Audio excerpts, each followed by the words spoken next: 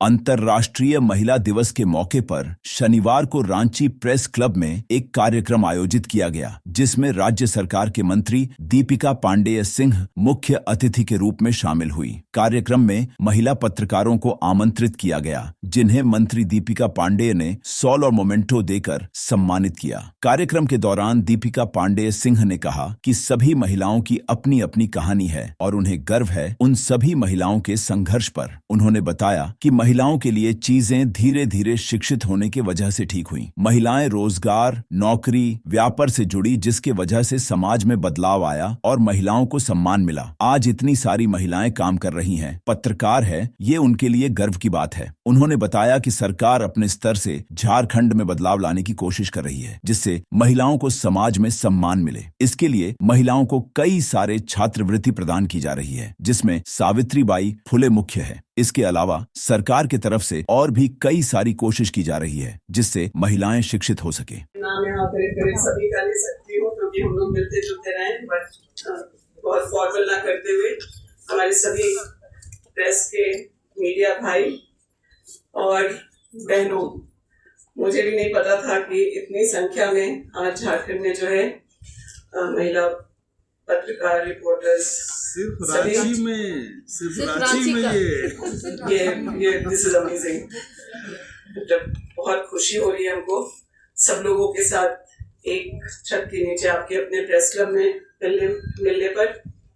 सबसे पहले तो मैं आपको इंटरनेशनल वुमेन्स डे की शुभकामना देना चाहती हूँ और आपको थैंक यू सो मच, और धन्यवाद भी देना चाहती हूँ कि आप लोगों ने मुझे यहाँ निमंत्रित किया और मुझे मौका दिया कि आप लोगों से मिल सकूं इस स्पेशल ओकेजन पे। वैसे तो हम महिलाएं ऑलमोस्ट हर दिन सेलिब्रेट करती हैं, लेकिन आज स्पेशल है और बस सिंबॉलिक नहीं, लेकिन हमको लगता है कि हम आप जो भी इस कमरे में बैठी हैं महिलाएं, हमारी सब की अपनी अपनी स्टोरीज हैं और हम सब बहुत प्राउड हैं अपनी उस कहानी पर, अपने संघर्ष पर। और एक लंबा सफर हम लोगों का रहा है।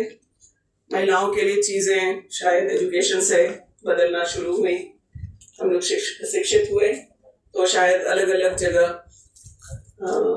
अपनी सफलता का परचम लहरा रहे हैं। और दूसरा सबसे बड़ा बदलाव लगता है तब आया होगा जब हम आर्थिक एक्टिविटीज में इन्वॉल्व हुए।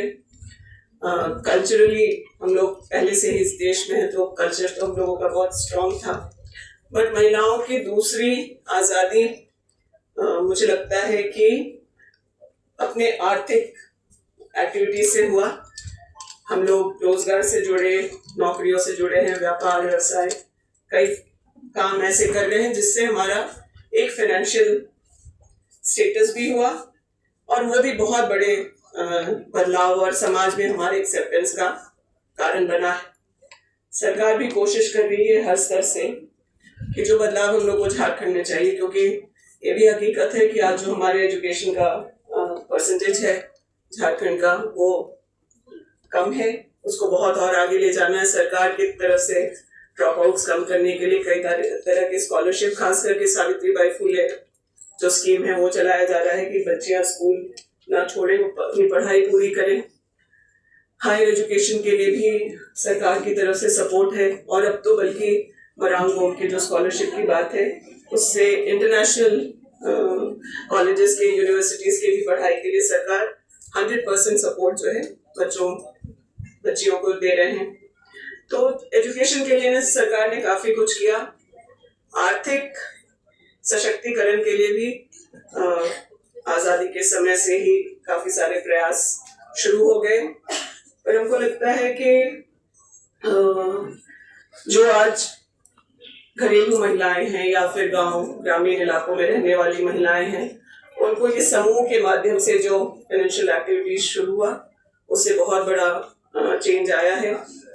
गांव में अगर किसान परिवार से कोई है तो महिलाएं करीब 75% काम वो कर रही हैं, लेकिन उनका कोई फाइनेंशियल असेसमेंट कभी नहीं हुआ कि वो जो परिश्रम या श्रम वो कर रही हैं वो किस तरीके से सोसाइटी को कंट्रीब्यूट कर रहा है। तो उन सब चीज़ों पर धीरे धीरे अब ग्रुप्स के थ्रू, एफपीओस के थ्रू जो किसान महिलाएं हैं, चाहे जो मजदूर हैं, उन लोगों को उनके कंट्रीब्यूशन को आंकने का काम हो पा रहा है। और अपने अगर घर परिवार में 2 लोग काम कर रहे हैं, महिला भी और पुरुष भी, तो उसका फर्क भी हमारे परिवारों पे दिख रहा है। हमारे बच्चे चाहे वो न्यूट्रिशन के मामले में हो, एजुकेशन के मामले में हो, उन्हें अवसर देने के मामले में हो, परिवार बेहतर अवसर दे पा रहा है अगर परिवार के दोनों सदस्य काम कर रहे हैं।